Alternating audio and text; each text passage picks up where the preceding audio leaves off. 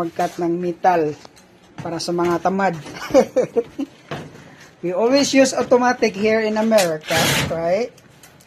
Make the job easy, you know. When I started doing my work, okay, I always use this, you know.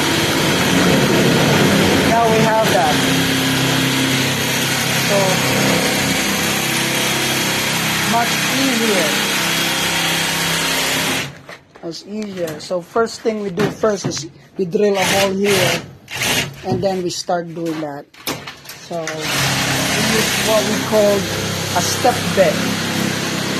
That's the step bit. Okay. So cut it out. After we cut it out, then we drill it.